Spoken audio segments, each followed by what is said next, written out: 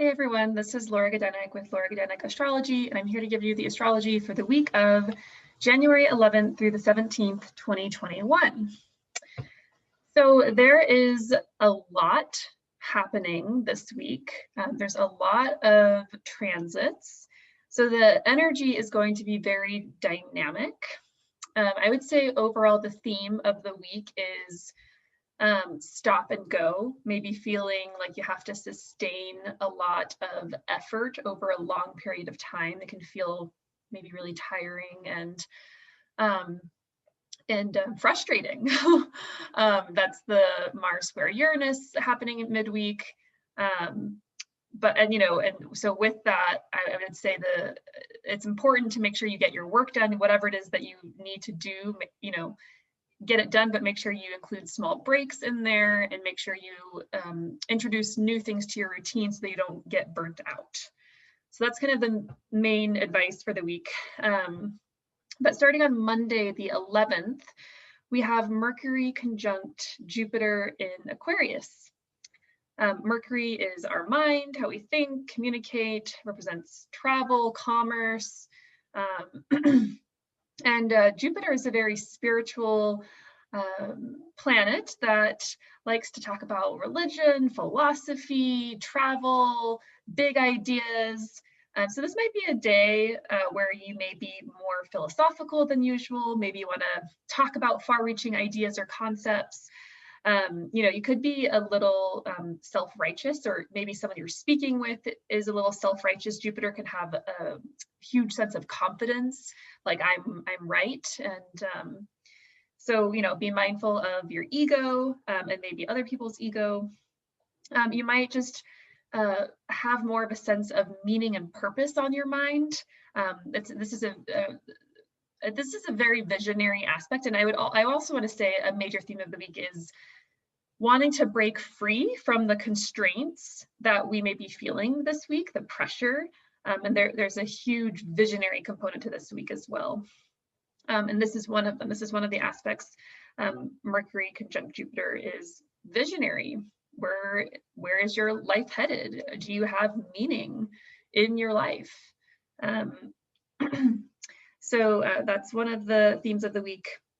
And also, if you know what houses in your chart are Mercury ruled, so these are the houses that have Gemini or Virgo on the cusp, those house topics might get a boost of some kind. Jupiter is one of the benefic planets in astrology, so it tends to give good things and gifts and benefits and good luck.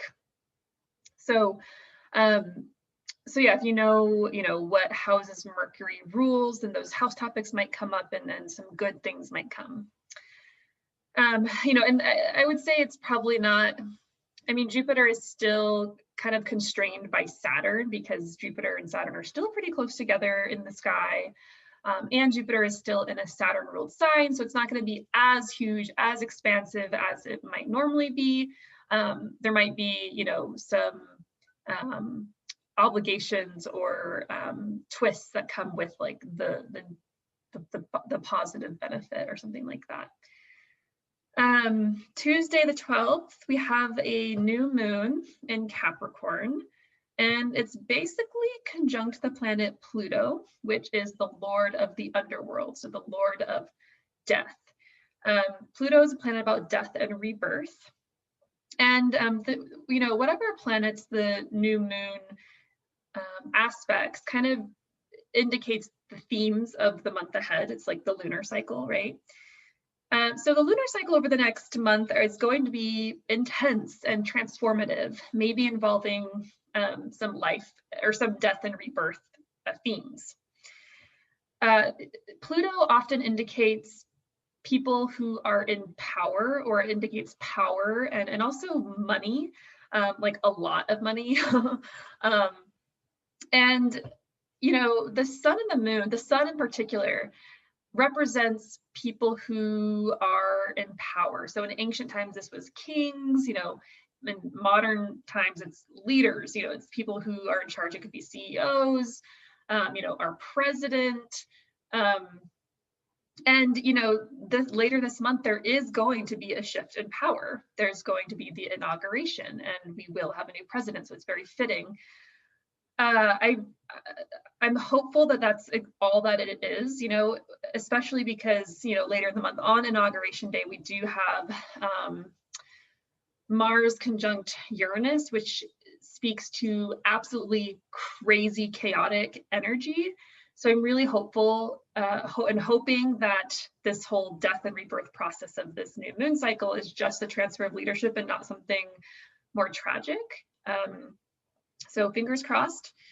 So that's kind of like in the world at large. For you personally, once again, this depends on where this is happening in your personal birth chart. So look to see where, I think it's 22 degrees of Capricorn is in your chart. And there might be new beginnings happening in that area of life, depending on what house it's happening in, over the next lunar cycle. And that is, lunar cycles are more or less intense, once again, depending on planets that they're aspecting in your personal chart. So it might not be a huge deal. Once again, astrology can be reflective of our lives personally, maybe people in our life, or the world at large, and sometimes all three. So also on Tuesday, the 12th, we have Mercury squaring Uranus. And so obviously this is, if Mercury just conjoined Jupiter in Aquarius, and now Mercury is squaring Uranus the next day, obviously Jupiter is also about to square Uranus in a couple of days. So so once again, Mercury is our mind, how we think, how we communicate, etc. And Uranus is a very radical planet. It's very revolutionary, revelation, freedom seeking. This is an aspect of big ideas and needing to break free from mental constraints. This could be even having an illuminated mind, powerful ideas, powerful conversations with people that might be a bit lofty or far-reaching. So, especially with Jupiter in the mix, Jupiter has these big visionary, big picture ideas, but doesn't necessarily have all the details in mind to get to that idea or to make it happen, basically. And Uranus is this very unusual, out of the box, innovative energy. So it's with those two combined, it's kind of like big, unusual, innovative, freedom-seeking ideas. And it's more like, how do we get there? Okay, let's make a plan for that. And so this is one of the other aspects of the week where it's kind of this energy of needing to break free from something or feeling really excited about like a big adventure coming up. So, Uranus can be pretty radical and utopian. And with Mercury squaring Uranus, it might just be a lot of daydreaming about these kind of utopian ideals of like how you want to spend your life, how you want to live, what you want to do, which is not bad. It's not, I don't want to knock it. I think, if we don't have dreams, then what is there? Seriously, like, dreams are what propel us forward. Dreams are what motivate us to turn them into reality. But it's one thing to have big utopian dreams and another thing to make them happen.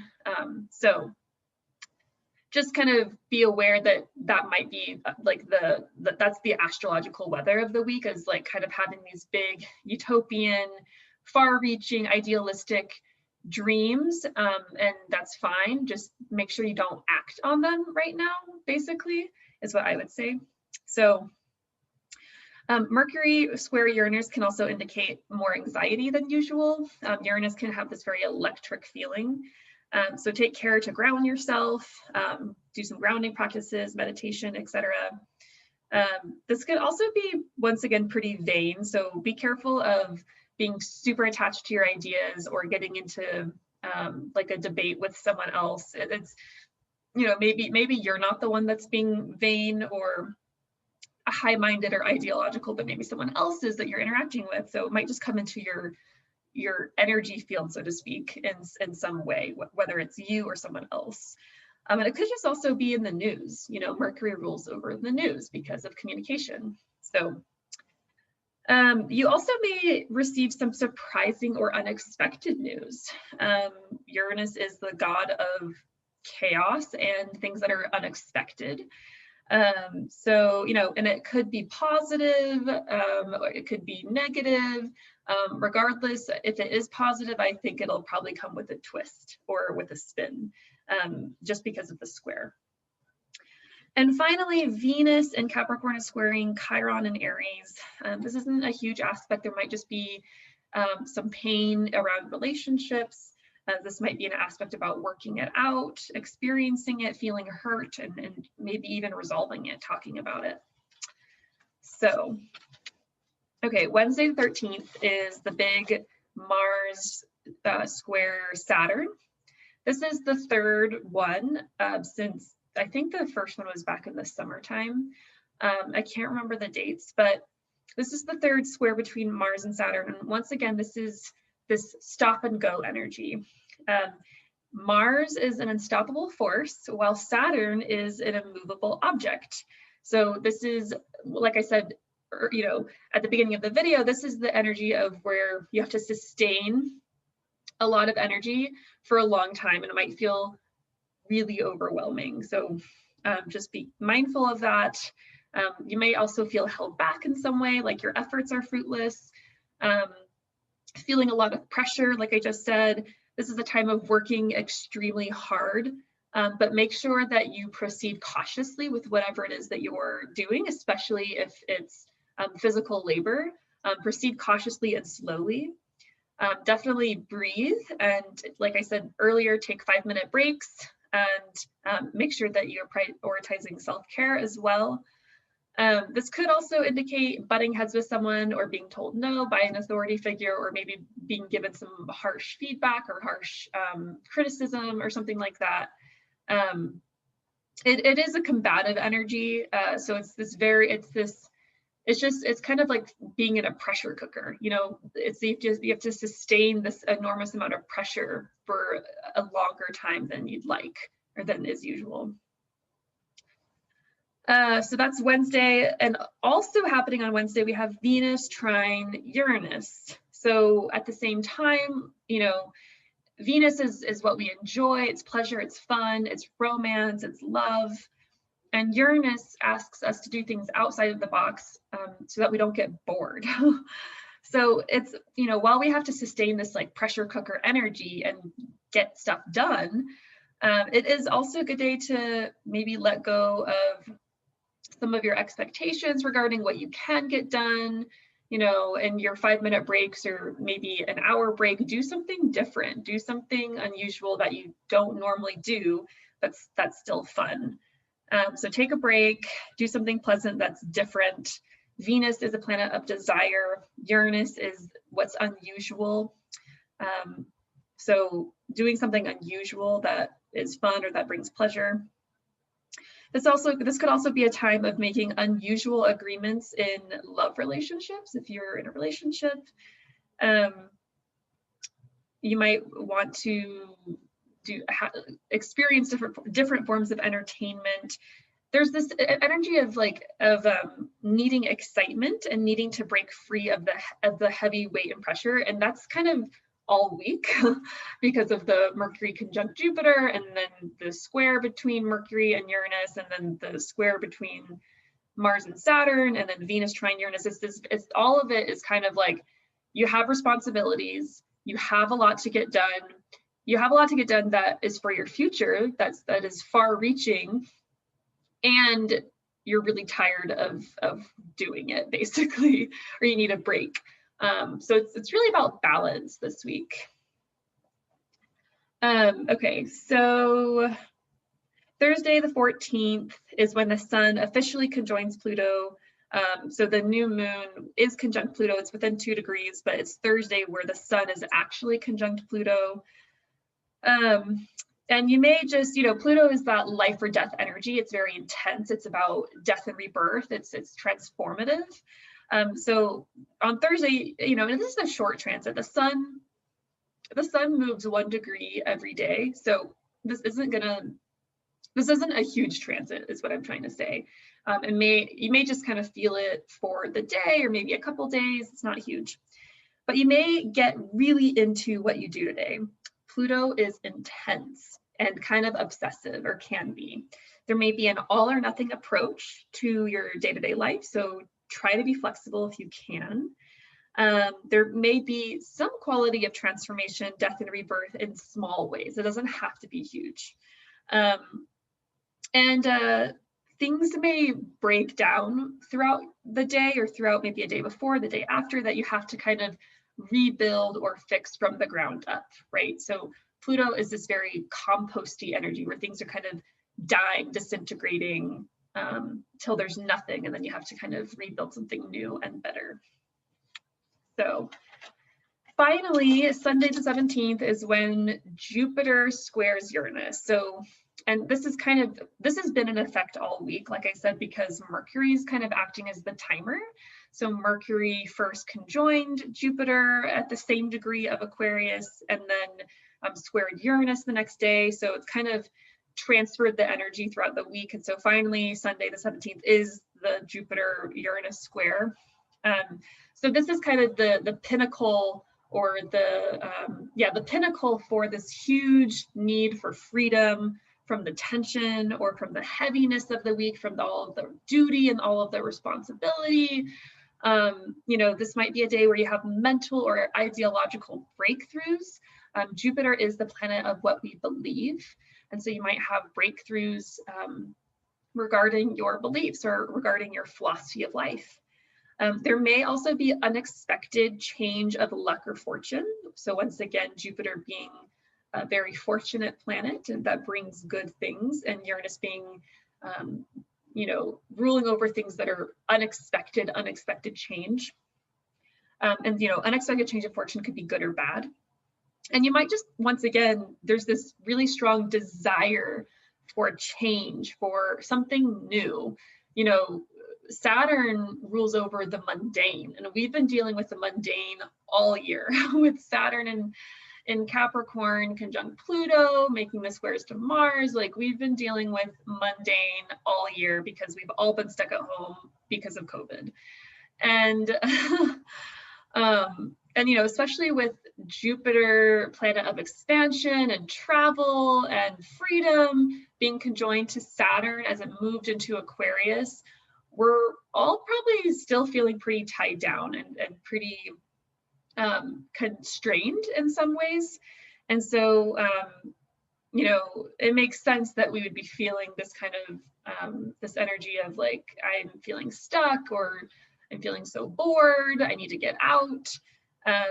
So yeah, strong desire for change. Be careful of being impulsive. Make sure that if you do plan something, a trip or whatever in a couple of months, make sure you have all the details planned out, because otherwise it could come back to bite you in the butt.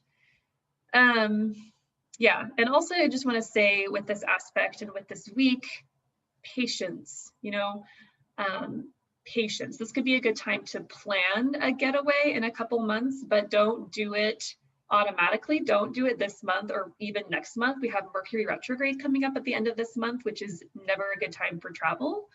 And it's just the energy of this month and next month are pretty volatile.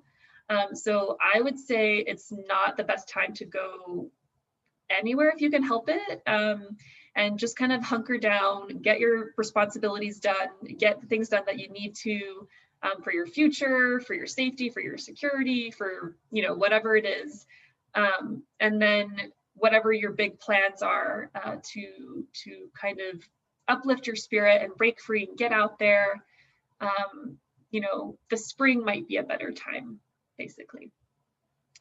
So that's the astrology of the week. There's a lot happening.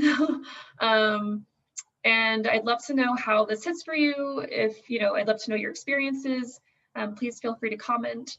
I will be accepting clients again for consultations come February if you're interested. Otherwise, I will be back next week with another astrology update. And I hope you have a great day. Bye.